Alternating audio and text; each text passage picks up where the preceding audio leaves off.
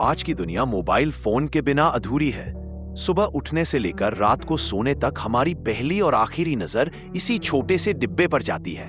यह इतना आम हो चुका है कि कोई यह मानने को तैयार ही नहीं कि बिना मोबाइल भी जिंदगी चल सकती है। मगर सवाल यह है कि यह तकनीक हमारे जीवन को कितना आसान बना रही है और इतनी मुश्किलें भी खड़ी कर रही है। मोबाइल वाला जादू।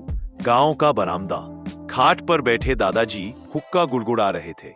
सामने पोता मोबाइल में ऐसे घुसा था जैसे उसमें से खजाना निकलने वाला हो। कुछ देर तक देखते देखते दादाजी से रहा न गया। बेटा, सारा दिन इस डिब्बे में झांकता रहता है, इसमें ऐसा क्या है? बोर नहीं होता? पोता हंसकर बोला, अरे दादाजी, इसमें तो पूरी दुनिया समाई है। आप चाहो तो अपने पुराने दोस्त भी ढूंढ सकते हो। दादाजी भौहे सिकोड़कर बोले, अरे बेटा, दोस्त तो मेरे 10वीं तक के थे, अब तो सबके बाल सफेद हो गए होंगे, कोई याद करेगा भी? पोता बोला, दादाजी आप जरा ट्राई तो कीजिए। बस फिर क्या था, अगले आधे घंटे में दादाजी का फेसबुक अकाउंट बन गया। नाम रखा गया नाथू मास्टर और प्रोफाइल फोटो में उनका मुस्कुराता चेहरा। कुछ ही देर में टिंग टांग नोटिफिकेशन बजने लगे। भानाराम, चंदगीराम, भंगियाराम सबने फ्रेंड रिक्वेस्ट भेज दी। दादाजी ने मोबाइल हाथ में लिया, जैसे किसी देवता का प्रसाद मिल गया हो। आंखें चमक उठी। अरे बेटा, ये भानाराम तो वही है जिसके बैलगाड़ी के पहिए हर रोज गड्ढे में फंसते थे। और ये चंदगीराम, अरे इसने तो कभी हिसाब की कॉपी पूरी नहीं की थी। जल्दी से इन्हें जोड़ दे। पोता मन ही मन सोच रहा था, हे भगवान, अब तो दादाजी भी ऑनलाइन हो गए। लेकिन बात यही नहीं रुकी।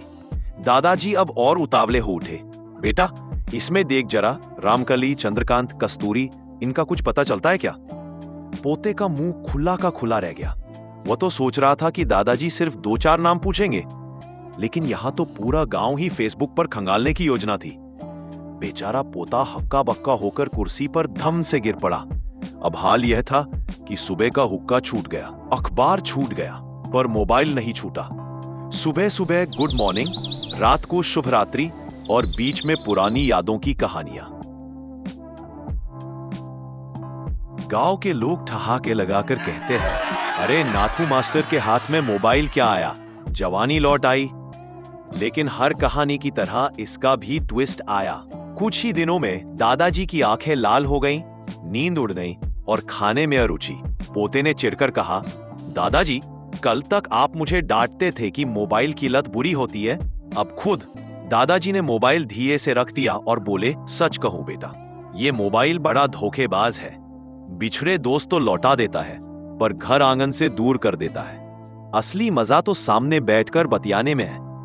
मोबाइल सच में जादूगर है, दोस्ती भी करवाता है और दूरी भी बढ़ाता है। इसलिए मोबाइल रखो जेब में, जिंदगी रखो दिल में।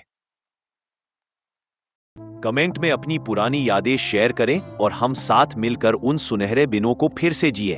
सब्सक्राइब करें और बेल आइकन दबाएं ताकि हर नई वीडियो की अपडेट आपको सबसे पहले मिल सके। चलिए मिलकर यादों की दुनिया में खो जाते हैं, हमारे जमाने में जहां हर याद में है खुशियां।